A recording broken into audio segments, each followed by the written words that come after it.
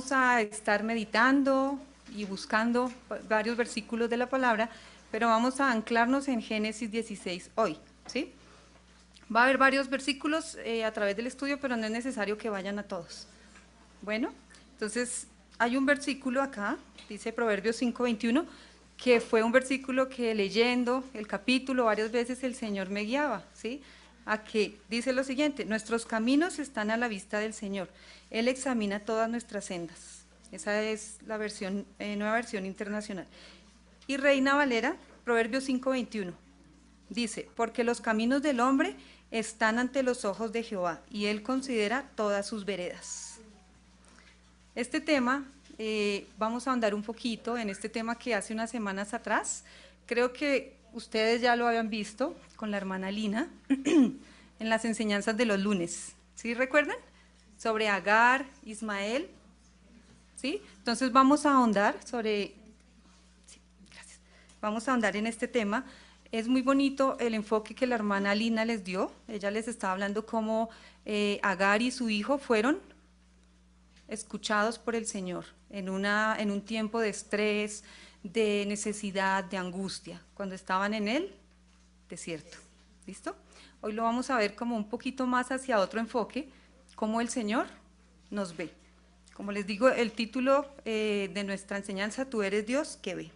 Bueno, entonces vamos a encomendar este tiempo al Señor, que nos ayude, que nos dé sabiduría y que también me ayude a hablar su palabra con temor y temblor, como dice la palabra. Bueno, nuestro buen Dios, te damos gracias en esta tarde.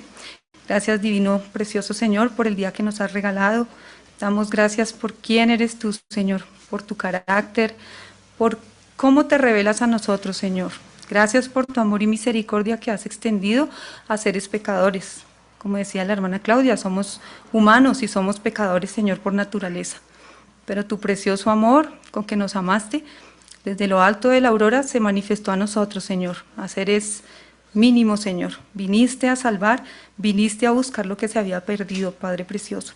Y aunque venimos con cargas, Señor, quizás algunas en el corazón, tristeza, Señor, danos de tu paz, Señor, de esa paz que sobrepasa todo entendimiento, Padre precioso, para entender tus verdades. Danos un corazón noble, enseñable, Señor, y también muéstranos, Señor, qué quieres hacer en nuestras vidas. ¿Cuál es el propósito por el que nos has creado, Señor precioso?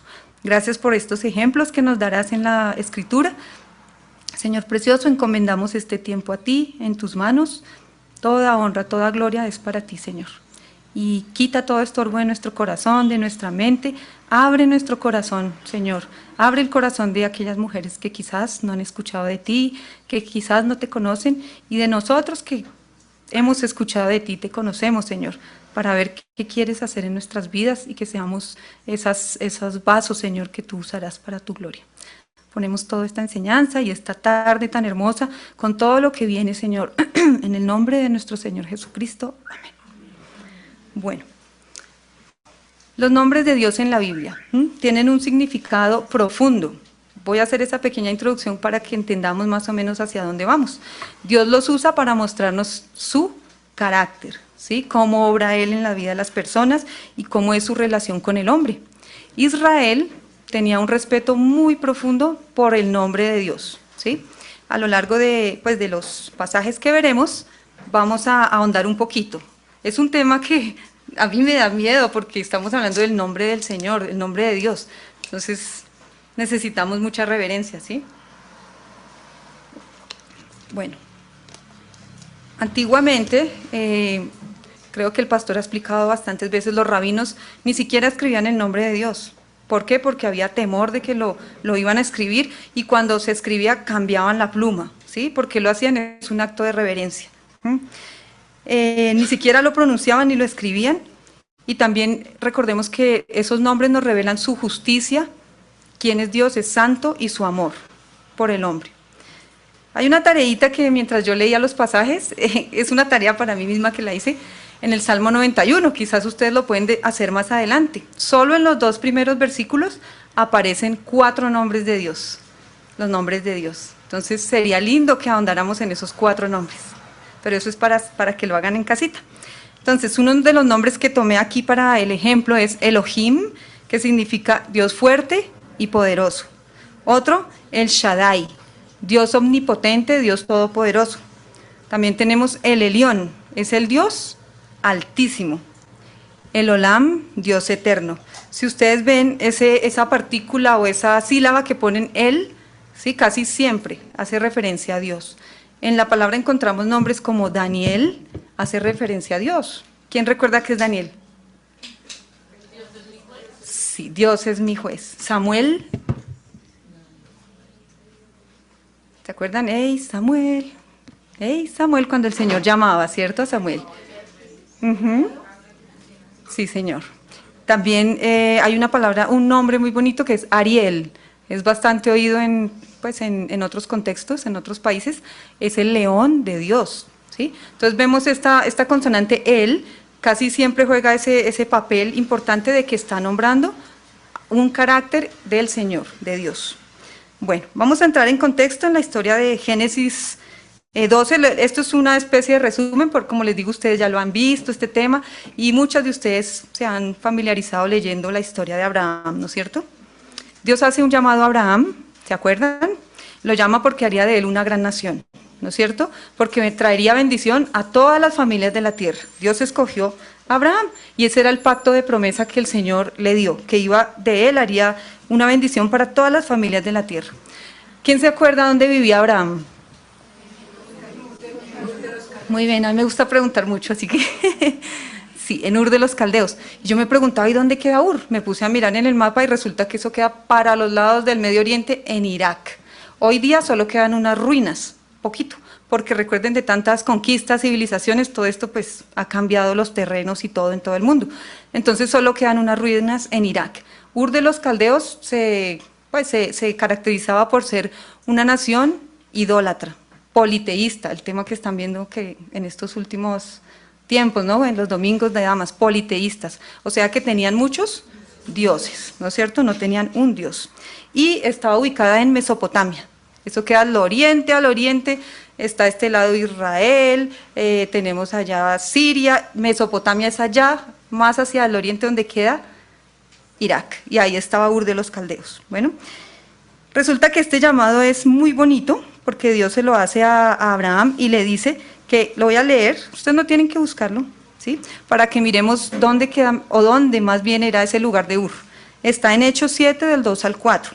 Ahí Esteban es el que estaba hablando, ¿no es cierto?, a los judíos. Él les estaba hablando de la historia, de los patriarcas, de cómo el Señor se manifestó a Israel. Entonces dice, y él dijo, Esteban, varones, hermanos y padres, oíd, el Dios de la gloria apareció a nuestro padre Abraham, estando en Mesopotamia, antes que morase en Harán. Entonces salió de la tierra de los caldeos y habitó en Harán, y de allí muerto su padre, Dios le trasladó a esta tierra en la cual vosotros habitáis ahora. Entonces ya sabemos dónde está ubicado, cuál era el llamado, la promesa del Señor a Abraham, ¿cierto? Y todas nosotras recibimos de esa promesa el día de hoy. Más adelantico vamos a ver. Luego llegan a tierra de Canaán, ¿cierto? Hoy día Israel, y el Señor le repite y le recuerda que le iba a dar esa tierra, pero llegan los tiempos difíciles, tiempos de prueba, como a todas nosotras nos han llegado en la vida. ¿Qué tiempos creen que llegaron allí? El hambre, llegó una hambruna, muy bien, hambruna, y a causa de esta hambruna muchas personas morían, y uno como padre, ¿qué hace? Se preocupa, ¿no es cierto? Y comienza, bueno, ¿yo cómo voy a alimentar a mi familia? ¿Qué hago? Pero Dios lo había llamado ¿a dónde? A Harán, ¿no es cierto? A Canaán. ¿Y él qué hizo? Resulta que él miró hacia Egipto. Ay, allá hay comida. Pues yo sé que voy a ir hacia allá y conseguir lo que necesito. Y nos pasa a nosotros nuestras propias salidas para los problemas. No confiamos en Dios. Entonces, ¿qué pasó? Él se mudó para Egipto con su familia. Él pudo haber dicho, bueno, Dios me dio una promesa, me prometió hijos, descendencia. Yo confío en sus promesas, Él lo va a hacer. Él lo pudo haber hecho, ¿cierto? Pero Abraham no lo hizo. Y a mí eso me impacta porque él es nombrado el padre de la fe. Él pudo haber dicho eso, Dios me va a cumplir sus promesas, yo sé que sus promesas son verdad, yo sé que cuidará a mi esposa, pero bueno, somos humanos, débiles. En esta historia, Dios se le había aparecido a Abraham para ratificar, o sea, para volver a recordarle ese pacto que le había dado, ¿no es cierto? Pero Abraham no le creyó a Dios, no creyó que supliría sus necesidades. Dios lo llamó a vivir, fue a Canaán y no a Egipto. Entonces tengamos eso en mente, comenzamos como a irnos por otro camino, ¿cierto? Y resulta que empezó a tomar unas malas decisiones. Allá en Egipto, ¿qué hace Abraham? Él hace, o toma más bien, otra mala decisión. Él llega con su esposa, que dice la palabra que era muy hermosa, aunque era una mujer pues ya mayor, muy hermosa, ¿cierto? De muy hermoso aspecto. ¿Y qué hizo Abraham? Le dijo a ella, vas a decir una mentira, vas a decir que tú eres mi hermana. ¿Para qué? Entonces, ¿para qué quería hacer eso? Para que Faraón hiciera bien, no lo matase y le hiciera bien a él, ¿cierto? Había como un interés ahí. Para que me vaya bien por causa tuya, le dijo Abraham. Eso es delicado, ¿no es cierto? Terrible, es pecado. Y el Señor detesta el pecado. Pero bueno, somos seres imperfectos que pecamos. Entonces, ¿qué hizo? Él decía, y gracias a ti me dejarán a mí con vida. Resulta que vinieron los esclavos de Faraón, ¿sí? Los príncipes, y la llevaron a la casa de Faraón. Entonces, en Génesis 12:16, ¿qué dice? Lo que él quería, lo que Abraham buscaba. E hizo bien a Abraham por causa de ella, y él tuvo ovejas, vacas, asnos, siervos, criadas, asnas y camellos. ¿Quién tuvo todo eso? Abraham, ¿de parte de quién? De Faraón. Miren lo que dice, que le dio criadas, aparte de un poco de animales, le dio grupos de gentes, siervos y criadas. Y aquí esta partecita es muy importante, porque más adelante vamos a ver por qué esas criadas que le dio juegan un papel importante. Bueno, las cosas se tornan aún mucho más difíciles porque Dios castiga a Faraón. ¿Con qué? Con grandes plagas. ¿Recuerdan? Faraón le reclama a Abraham, no sé cómo se lo manifestó, la Biblia no explica, pero le declaró el Señor a Faraón, de alguna manera le mostró que esas plagas eran hacia él por ese pecado de haber tomado a Sarai. Entonces Faraón llamó a Abraham, en Génesis 12:18-20, perdón. Entonces Faraón llamó a Abraham y le dijo, ¿qué es esto que has hecho conmigo? ¿Por qué no me declaraste que era tu mujer? ¿Por qué dijiste es mi hermana, poniéndome en ocasión de tomarla para mí por mujer? Ahora pues, he aquí tu mujer, tómala y vete. Entonces Faraón dio orden a su gente acerca de Abraham y le acompañaron, y a su mujer con todo lo que tenía. Prácticamente los echaron, ¿no es cierto? Otra vez llegan más y más pecados. Con un pecado llegan otros, ¿no es cierto? ¿Qué hizo Abraham? Expuso a su esposa primeramente a la mentira, a pecar, y luego también a Faraón, a los dos. Y no solo Faraón, el pueblo de Faraón, los egipcios, ¿no es cierto? ¿Y ustedes por qué creen que Dios castigó a Faraón? Hay una razón muy importante. ¿Saben por qué? Porque Dios había escogido a Sarai, su vientre, para que trajera ¿a quién? Al Mesías. Porque de esta descendencia vendría el Mesías. Y Dios es un Dios celoso y no permitiría que un rey pagano, podemos decir así, deshonrara a esta mujer, porque ella iba a ser un instrumento para traer la salvación a este mundo. Entonces Dios por eso se manifestó y quería castigar a Faraón, obviamente. ¿Cómo va a tomar esa mujer? Bueno, ahora teniendo ese contexto, que ya lo conocían ustedes, vamos a Génesis 16. Tú eres el Dios que me ve. Vamos a desglosar cada versículo para entender mejor de qué se trata. Génesis 16, versículo 1 y 2. Sarai, mujer de Abraham, no le daba hijos. Esto pasó mucho tiempo después, ¿no? Y ella tenía una sierva egipcia que se llamaba Agar. Dijo entonces Sarai a Abraham, ya ves que Jehová me ha hecho estéril, te ruego pues que te llegues a mi sierva, quizás tendré hijos de ella.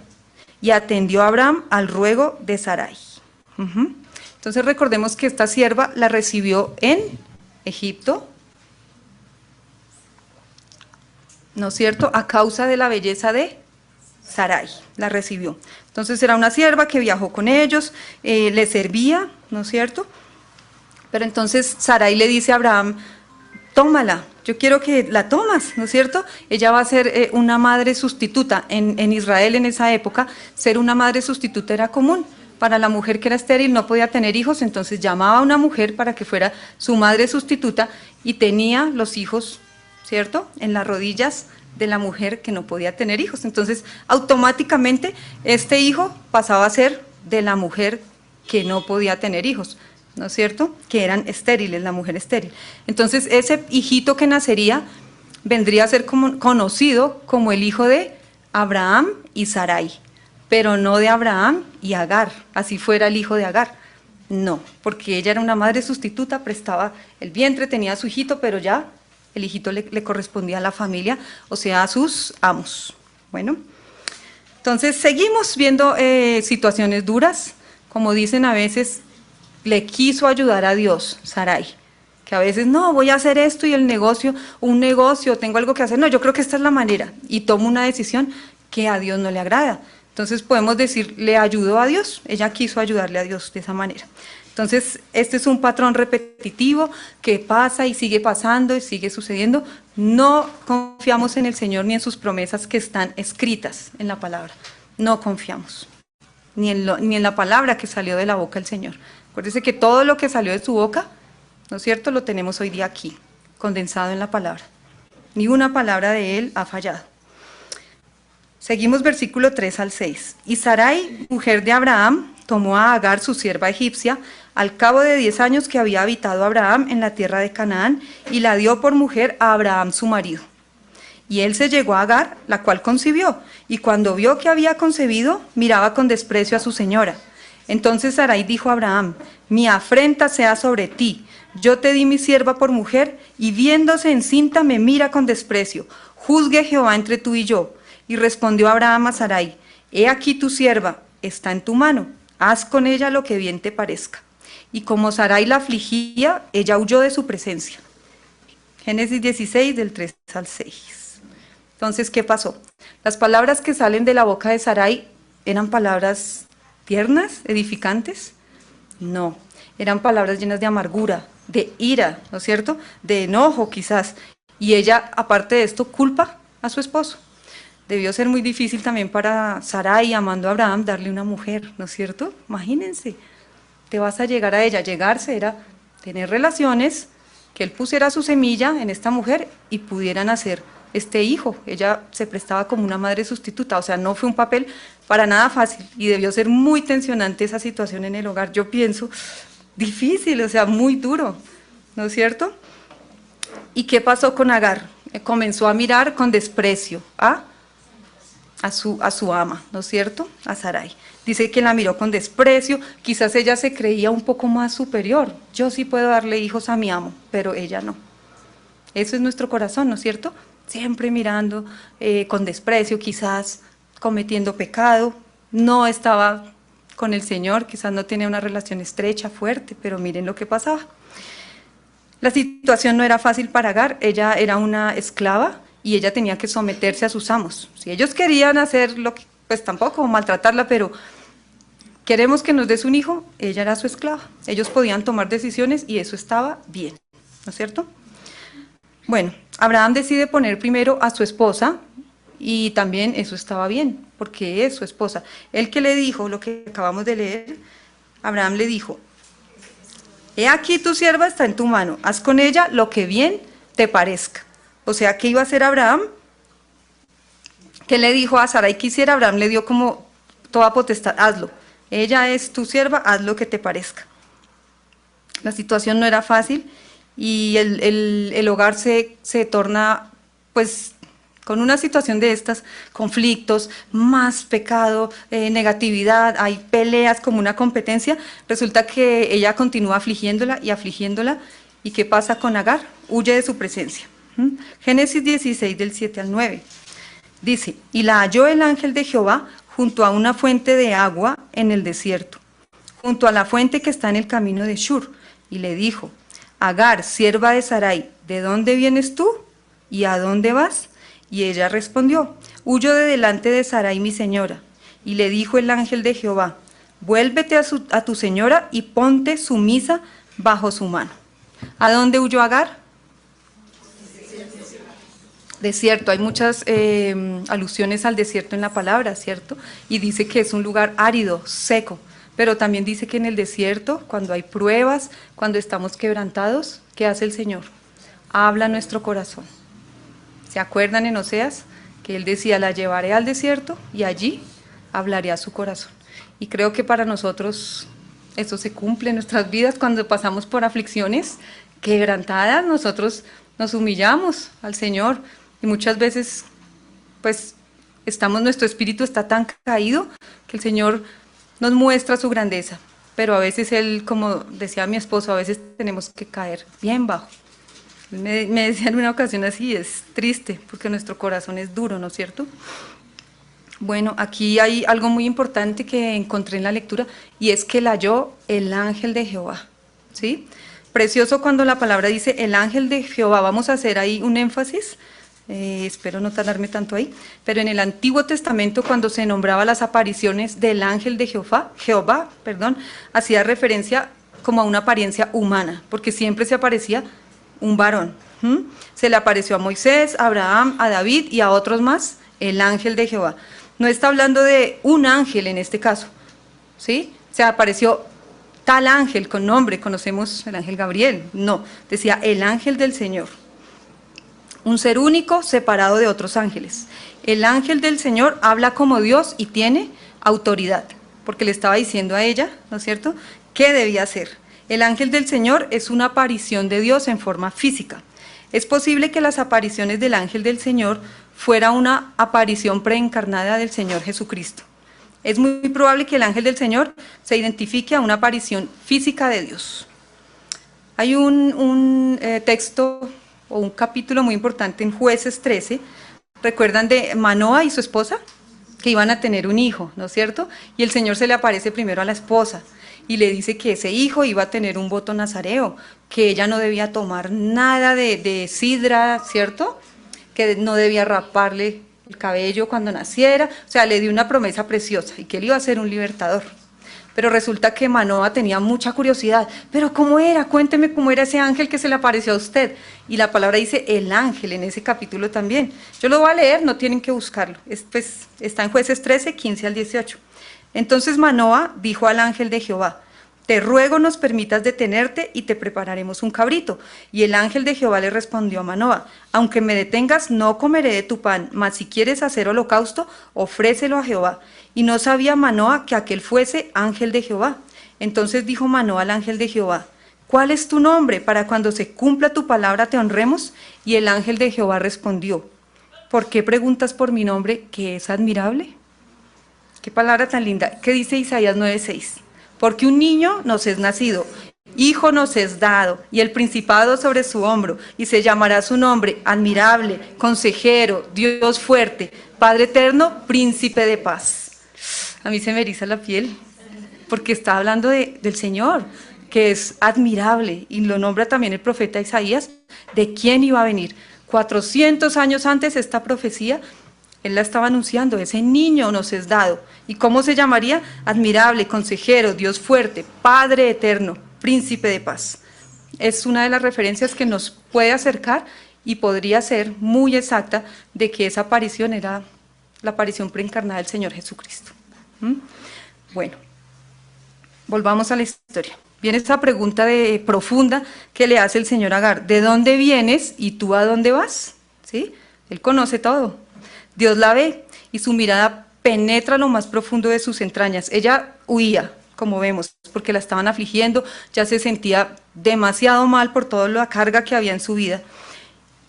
Y el Señor ve a Agar y nos ve también a nosotros hoy día, tal y como somos nosotros. ¿Qué hay en nuestro corazón?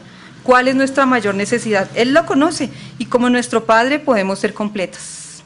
Al final vamos a ver si lo podemos llamar Padre, ¿no es cierto? Todas nosotras. Él nos hizo, Él es nuestro creador. ¿Quién como Dios para conocer su creación? Más adelante, Agar le da un nombre muy especial a Dios y le dice: tú eres el Dios que ve, el Roí. El Roí. Salmo 139 del 7 al 12. Es un salmo precioso que se ajusta con ese Dios que lo ve todo. 139. Prácticamente todo el salmo es hermoso, porque nos habla desde que el Señor nos creó en la concepción, ¿cierto? Desde que éramos un embrión. Dice que Él conoce desde que nos levantamos, nos acostamos, que aún no hablamos, y Él ya sabe yo qué voy a decir, ¿se imaginan? Él ya sabe yo qué voy a hacer en ese día. Él ya sabe cuáles son mis anhelos más profundos, cuáles son mis vacíos, mis necesidades. Del 7 al 12 leamos, dice, esta es una nueva versión internacional. ¿A dónde podría alejarme de tu espíritu? ¿A dónde podría huir de tu presencia? Si subiera al cielo, allí estás tú. Si tendiera mi lecho en el fondo de los dominios de la muerte, también estás allí. Si me elevara sobre las alas del alba o me estableciera en los extremos del mar, aún allí tu mano me guiaría. Me sostendría tu mano derecha. Y si dijera que me oculten las tinieblas, que la luz se haga noche en torno mío, ni las tinieblas serían oscuras para ti, y aún la noche sería clara como el día. Lo mismo son para ti las tinieblas que la luz.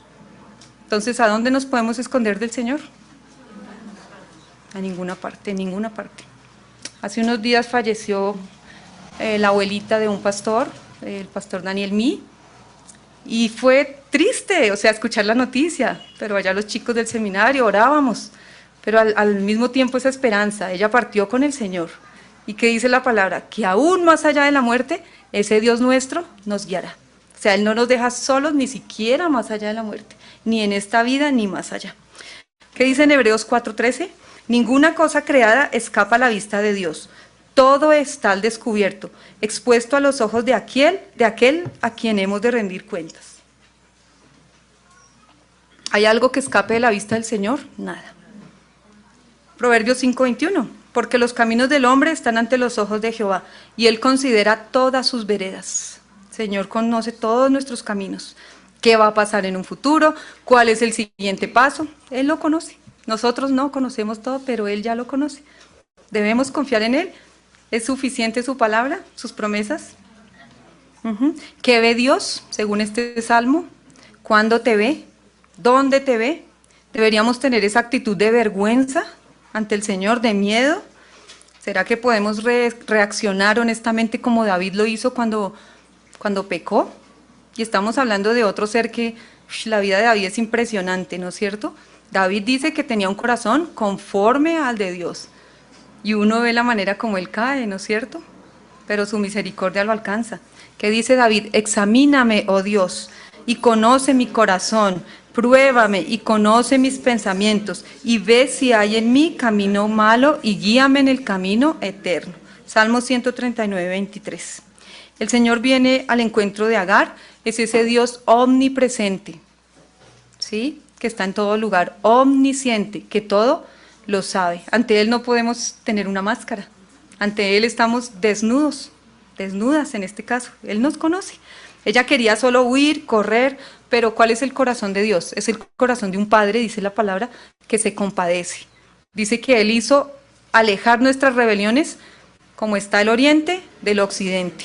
Es un padre que se compadece, que nos ama. Él tiende su mano hacia nosotros, quiere restaurarnos, y en su consejo, el Señor le da un consejo muy impresionante a Agar. Él quiere salvar, pero también da consejo. El ángel de Jehová le dice: vuélvete a tu señora y ponte sumisa bajo su mano. Imagínese el ángel de Jehová diciéndole: no, esto es lo que va a hacer, vuélvase y se va a poner sumisa. Y este es un llamado claro al arrepentimiento. El Señor le está diciendo a ella: vuélvase, devuélvase, y va a ponerse bajo sus órdenes. El Señor le está diciendo en otras palabras: arrepiéntete y ponte sumisa. ¿Y qué es ser sumisa? ¿Y qué es ponerse bajo la mano de Sarai? Yo encontré una definición muy bonita, ojalá la entiendan. Yo tengo que leer como 10 veces para entender a veces textos, libros, etcétera, pero me impactó. Esta definición está en un libro que se llama Chicas sabias en un mundo salvaje, que estamos leyendo con algunas jóvenes, y dice: ¿qué es ser sumisa? Es una hermosa disposición femenina, es la inclinación a ser flexible, a estar conforme o someterse. Las mujeres piadosas son dóciles, una mujer dócil es conducible. Conducible me suena como algo maleable, ¿no es cierto? Un material maleable. Justo lo opuesto a ingobernable, a la mujer que no se deja gobernar.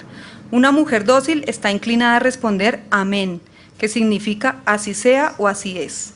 Tiene la tendencia a contribuir y lo más probable es que trabaje en equipo. Creo que el Señor creó a las mujeres, a todas ellas, con una disposición dócil.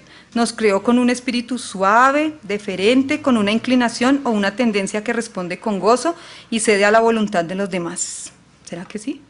La docilidad es en realidad una forma más sofisticada de aludir al respeto. Es una actitud que respeta a los demás y estima las líneas adecuadas de autoridad de Dios. Una mujer dócil renuncia con alegría a los deseos y las preferencias personales para honrar esa autoridad. Renunció al yo. Muchas veces en mi corazón, en el trono de mi corazón, donde debería estar sentado el Señor Jesucristo, estoy yo. Entonces lo que yo quiero hacer es lo que voy a hacer. ¿Y qué debemos hacer? Destronar ese yo, porque ese yo también es mi enemigo. ¿Sí sabían? Es mi enemigo. Hay un enemigo que es Satanás, pero muchas veces ese enemigo está aquí, sentado en el trono donde debería estar Dios, a quien le pertenece. Y algo muy bonito que la autora luego decía, aunque no podemos dejar de lado que el pecado torció el deseo positivo de la mujer respecto a responder al sometimiento amoroso, a responder de forma dócil a los esposos, a los demás y a la autoridad. Entonces, ¿qué desdibujó esa imagen de que fuéramos naturalmente unas mujeres que se someten en amor? El pecado, ¿no es cierto?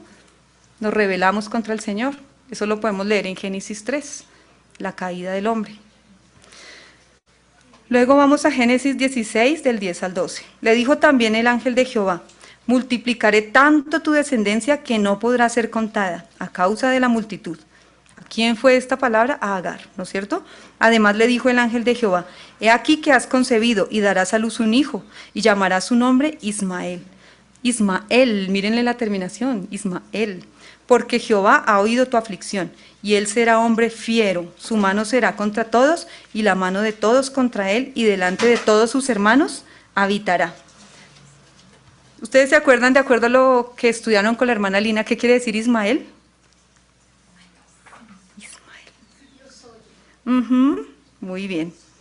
Entonces, hay una bendición también para Agar por Ismael, ¿no es cierto? El Señor se dio cuenta de su necesidad, de su pecado, de lo que había en ella, igual como todos nosotros. El Señor le dice, vuelva sumisa, yo te protegeré, te daré una bendición con tu obediencia.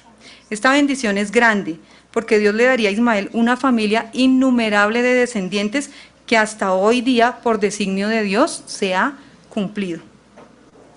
Miren que uno puede pensar, pero ese hijo vino por pecado, por la decisión pecaminosa de sus padres, tomaron malas decisiones. Como hombres pensaríamos eso, muchos dirían, Dios debió de haber hecho algo con Ismael, de pronto castigar o no dejar que se reprodujera, que hubiera toda esta descendencia. Pero ¿saben qué? Eso es en la carne lo que pensamos, esas son las decisiones, pero Dios tenía un plan precioso y especial para Ismael también, y para todas estas descendencias que vendrían de él. Encontré algo lindo sobre qué significa el nombre de Ismael. En hebreo es Ishmael, significa Dios escuchará, como dice la hermana, como ustedes lo recuerdan, y este nombre viene derivado de las palabras hebreas Shama, que es escuchar, y él, ¿a quién hace referencia a él? A Dios. Dios escuchará. Ishmael en hebreo. Mi hebreo no es bueno. Ismael se convirtió en el ancestro del pueblo árabe, ¿sí sabían? Así como su medio hermano es el ancestro del pueblo judío. El Señor no hace acepción de personas y no lo hizo con Agar, que ella estaba quebrantada, huía, sin esperanza. Nadie es demasiado poco para el Señor, nadie. Y por eso vemos esta hermosa figura de Dios acercándose aquí al hombre, porque Él quiere salvarnos, quiere sacarnos de esa dirección errada en la que nosotros mismos vamos y que nosotros tomamos la decisión de ir. En su soberanía Él permite situaciones difíciles, pero solo si caminamos con obediencia, confiando en que Él sabe qué va a hacer con nuestras vidas, vamos a ver el resultado. No vamos a actuar en nuestros propios planes y pensamientos, ¿no es cierto? Dice la palabra, y podríamos entender ese principio, que sabemos que los que aman a Dios, todo, ¿no es cierto? Que a veces es difícil, pero con una persona que yo amo, que está a punto de partir, ¿cómo todas las cosas nos ayudan a bien? Con un hijo que fallece, ¿cómo, Señor, todas las cosas nos ayudan a bien? Con un accidente, con una enfermedad terminal. Pero el Señor se glorifica en medio de esas cosas, la gloria es para Él, y nosotros somos transformados. Proverbios 3, 5, 6, que todos lo conocemos, fíate de Jehová de todo tu corazón, y no te apoyes en tu propia prudencia, reconócelo en todos tus caminos, y Él enderezará tus veredas. Debemos confiar en el consejo de Dios. Es precioso cuando caminamos en sus caminos, en sus veredas, ¿cierto? en su palabra. Algunos ejemplos de la escritura pues que el Señor trae a mi mente cuando leí aquí, y nos damos cuenta que el Señor no quitó sus ojos de ellos ni un instante. ¿Se acuerdan de Natanael? Que el Señor lo vio debajo de la higuera, y ahí fue que Natanael creyó, que él dijo, te he visto, Natanael, y él creyó en el Señor. A José, sus hermanos lo metieron a un pozo, ¿el Señor lo observaba ahí? Sí. Cuando lo llevaron a la cárcel, el Señor no lo abandonó, y sus planes fueron para bien, para bendecir a una nación, dice la palabra, ¿cierto? Para levantar, el Señor los usó para bien. A los apóstoles, mientras estaban en esa tormenta, terrible, qué susto, pero el Señor estuvo con ellos, ni uno falleció, nunca los perdió de vista. A los discípulos que iban al camino de Emaús, ¿qué hizo el Señor? Los reconoció, se acercó a ellos, les manifestó muchas cosas y ellos estaban extasiados. Él los reconoció, pero ellos no lo reconocieron, no reconocieron que era Cristo resucitado. ¿Quién más? Otro ejemplo. El Señor venía a la gente que los demás no querían, o él veía, más bien, venía, pero también los veía. Vio a Zaqueo, ¿se acuerdan? Estaba por allá en un árbol, el pequeño Zaqueo. También a los leprosos, a la mujer del flujo de sangre, el Señor la vio. Tremendo. Prostitutas, al ladrón en la cruz, el Señor los veía, nunca se fueron de su vista. Ahora vamos a mirar la última porción del capítulo 16, del 13 al 16. Entonces llamó el nombre de Jehová, que con ella hablaba. Tú eres Dios que ve, porque dijo, ¿no he visto también aquí al que me ve? Por lo cual llamó al pozo, pozo del viviente que me ve. He aquí está entre Cades y Beret. Y Agar dio a luz un hijo a Abraham, y llamó a Abraham el nombre del hijo que le dio a Agar, Ismael. Era Abraham de edad de 86 años cuando Agar le dio a luz a Ismael. Agar le da el nombre a Dios. Ahí dice que Agar lo nombró. Y es la única mujer que nombra a Dios en toda la palabra. Le da un nombre y le dice, tú eres el Dios que ve. Ella reconoció, me está hablando Dios, Él es el Dios que ve. Y ella confiaba que así como el Dios que ve estuvo con ella en el desierto, también iba a estar acompañándola en lo que Dios le estaba pidiendo. Sométete. Y iba a estar con su hijo. ¿Por qué? Porque había una promesa de por medio.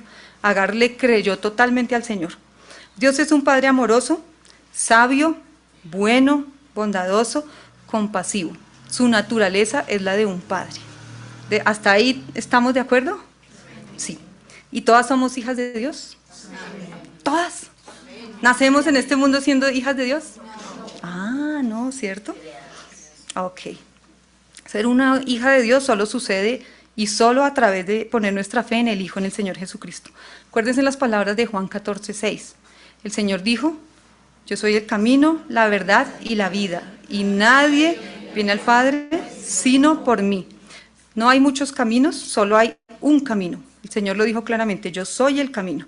Él ha abierto ese camino, un camino vivo. ¿Para qué? Para que podamos acercarnos a Él, para que el hombre pueda reconciliarse con Dios. Pero no hay muchos caminos, no hay muchas religiones. No se trata de religión, sino de una relación con el Señor Jesucristo. El Señor Jesús en una ocasión le dijo algo, siempre me ha impactado esas palabras que le dijo a los fariseos, y les dijo, ustedes son de vuestro padre el diablo.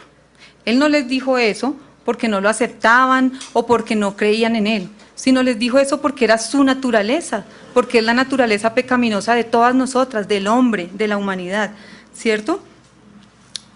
Y los confrontó con esa naturaleza que todos nosotros tenemos. Por eso nosotros no podemos cumplir los mandamientos. Ningún ser humano los puede cumplir. ¿Por qué? Porque nos quedamos cortos, ¿cierto? Dios es santo, nosotros no somos santos. Pero hay una solución. Dice la palabra también que nosotros nacimos como un hijo de ira. Todos son como hijos del diablo, como el Señor le dijo a los fariseos, ustedes son de vuestro padre el diablo. ¿Todas nacimos así? Sí, como hijas de este mundo. Y para poder llegar al reino de Dios tenemos que ser arrancadas o sacadas de esa familia, para poder llegar a ser hijas de Dios. Decía la hermana Claudia al inicio, debemos nacer espiritualmente, renacer, ¿no es cierto? Y eso no lo hace sino Dios, nadie lo puede hacer. Yo no puedo nacer de nuevo, eso solo lo hace Dios. Necesitamos hacer un alto en nuestras vidas, arrepentirnos de nuestra vana manera de vivir. Vano es vacío. También si ya le conocemos al Señor, Él siempre está renovándonos de día en día. ¿Qué dice Juan 1:11 al 13?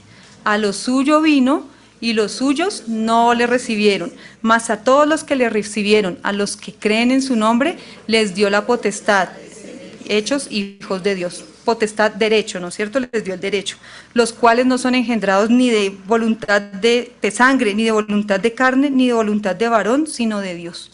Y hay unas palabras hermosas ahí en Juan 1:12. Mas a todos los que le recibieron, a los que creen en su nombre, que les da el derecho de ser hijos de Dios. Entonces estas palabras, recibir, creer, como una ecuación, recibir, creer, igual a ser hijo de Dios. Es precioso como lo dice y al mismo tiempo como tan sencillo. Hay que recibir al Señor, creer en que Él vino a salvarme y así podré ser una hija de Dios. Para mí fue muy difícil en una época de mi vida que yo no sabía cómo llegar a Dios. Resulta que una noche me levanté muy estresada, exaltada, tenía un dolor en el corazón. Yo decía, le he fallado a Dios. Si Él me llamara hoy, yo iría al infierno, porque yo no soy hija de Dios. Entonces desperté a mi esposo. Yo, amor, eso fue hace mucho tiempo. Amor, yo soy muy mala. Yo le dije, mi corazón es muy malo, muy necio. Dios me ha mostrado muchas cosas. Amor, yo no soy salva. Si yo me muero, yo me voy a un infierno, al infierno. Y yo lo miraba y él se despertó así, mi amor, y él me decía, ¿y qué debes hacer? Y yo, ay, no sé. O sea, a veces hay personas que somos muy duras de entender cosas. Habla con Dios, él me decía. Y como tan tranquilo, y yo, sí, tengo que hablar con el Señor. Y siempre que veo esa palabra de Romanos 10:9, que si confesares con tu boca que Jesús es el Señor y creyeres en tu corazón que Dios le levantó de los muertos, serás salvo. Es porque con el corazón se cree para justicia, pero con la boca se confiesa para salvación. Esa palabra, wow, fue impactante. Yo lo veía tan a la mano, pero hasta que yo le creí al Señor, le confesé con mi boca mi maldad y mi pecado, Él me restauró y me salvó. Sus promesas son verdad. Él nunca falla sus promesas. Si lo hizo con todas estas personas, Abraham, que es el padre de la fe, que cayó en pecado tantas veces, nosotros simplemente lo tenemos ahí, está al lado de nuestro corazón, ahí está la salvación. Arrepentirnos, mirar, poner los ojos en el Señor, Él vino a rescatarnos y Él está vivo. No olvidemos sus promesas, hermanas y invitadas. El Señor quiere salvarnos y quiere darnos una nueva vida. ¿De acuerdo? Tengo un especial. Buen Dios, gracias, precioso Señor, por todas las cosas que tú haces, Señor, en nuestras vidas. Gracias, Señor, porque enviaste a nuestro Salvador, Señor, a que enmendara lo que se había roto, Señor, lo que se había dañado, a salvarnos, Padre precioso. Gracias por estos hermanos fieles, Señor bendito, que están alrededor del mundo, obedeciendo, Señor, a lo que tú has llamado a hacer, Señor. Tú los respaldas, Padre precioso, con tu fidelidad, con tu protección, Señor. Gracias también por la historia tan hermosa de Agar, Señor bendito. Gracias porque es una mujer como nosotros. Gracias porque decidiste salvar, Señor, a un pueblo también que está en enemistad, Señor, con tu pueblo amado, Dios bendito. Gracias porque así eres tú, un Padre fiel y misericordioso que no falla a tus promesas. Ponemos nuestra vida en tus manos, Señor. Ayúdanos a andar en agradecimiento, ayúdanos a andar en tu verdad, que por medio de que te conocemos, Señor, y esa palabra tan preciosa que transforma el alma, tengamos un corazón agradecido, Señor, un corazón que dé toda honor, toda gloria, Señor, a tu nombre, un corazón, Dios bendito, que alabe, Señor, que ese sea nuestra respuesta del alma, Padre Santo, por todo lo que tú has hecho y por quien tú eres, Señor, porque mereces toda la gloria, porque tú eres digno, Señor, de que te alabemos, de que nuestra vida sea puesta, Señor, como un regalo, como olor fragante para ti, Señor. Bendecimos este día y te pedimos, Señor, que sigas hablando a nuestro corazón a través de lo que se hará en el día de hoy. Ponemos todo en el nombre de nuestro Señor Jesucristo y Salvador.